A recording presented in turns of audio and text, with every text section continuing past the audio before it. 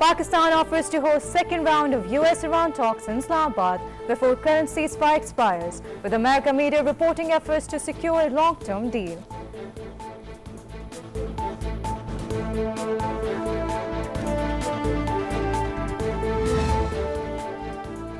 Iran President Masoud Pezeshkian signals readiness to resume talks with the United States within a legal framework, while warning U.S. pressure and military actions risk escalating tensions and blocking a ceasefire deal.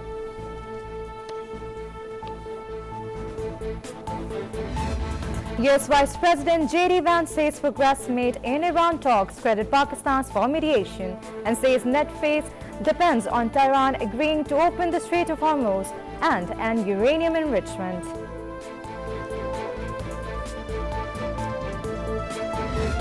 The United States enforces blockade of Strait of Hormuz, freezing vessel access to Iranian ports as President Donald Trump warns ships could be seized and Iranian boats destroyed if they approach.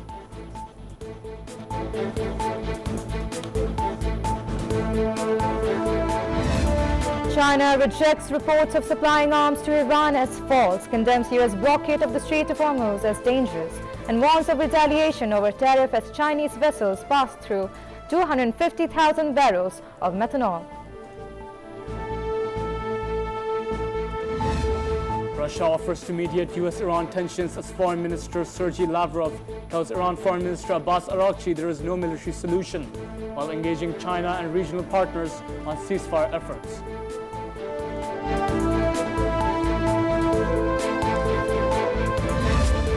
Pakistan's Prime Minister Shehbaz Sharif begins regional tour to Saudi Arabia, Turkey and Qatar for talks on Strait of Hormuz tensions as US-Iran dialogue meeting Crown Prince Mohammed bin Salman first.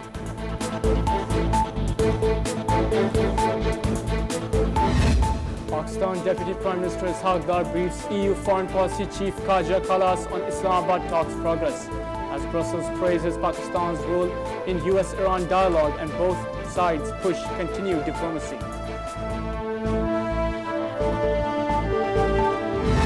Qatar Prime Minister Mohammed bin Abdul Rahman Al Thani and Saudi Foreign Minister Faisal bin Farhan discusses Middle East tensions, push to reinforce US-Iran ceasefire and escalate efforts to reopen the Strait of Hormuz without preconditions.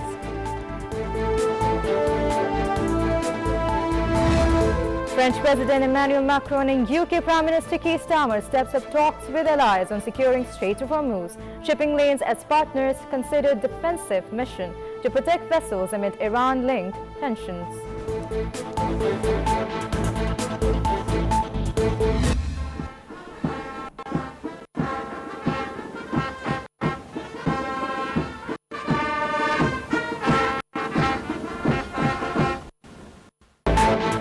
Any aggression will be met with force, says Admiral Naveed Ashraf, citing joint Navy-Air Force strength during Markai-Haq operations against the Indian Navy, as cadets pass out at PAF Academy, Rasalpur, and Pakistan signals full-spectrum readiness.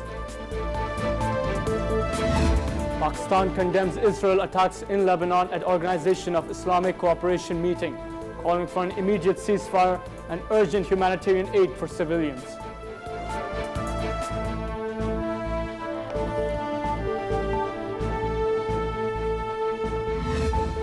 Brent crude falls around 3% to near $98 a barrel as renewed US-Iran diplomatic signals ease supply risk fear, with President Donald Trump and President Masoud Pezeshkian indicating openness to talks.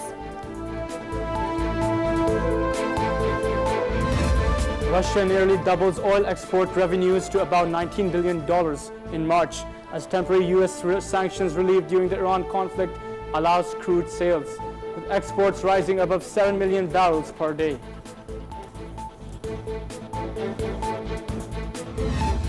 US dollar weakens for 7th day as de-escalation hopes lift euro to $1.1798 and sterling to $1.3564, while yen softened nears 158.75 amid all concerns and tensions over US blockade of Iranian ports.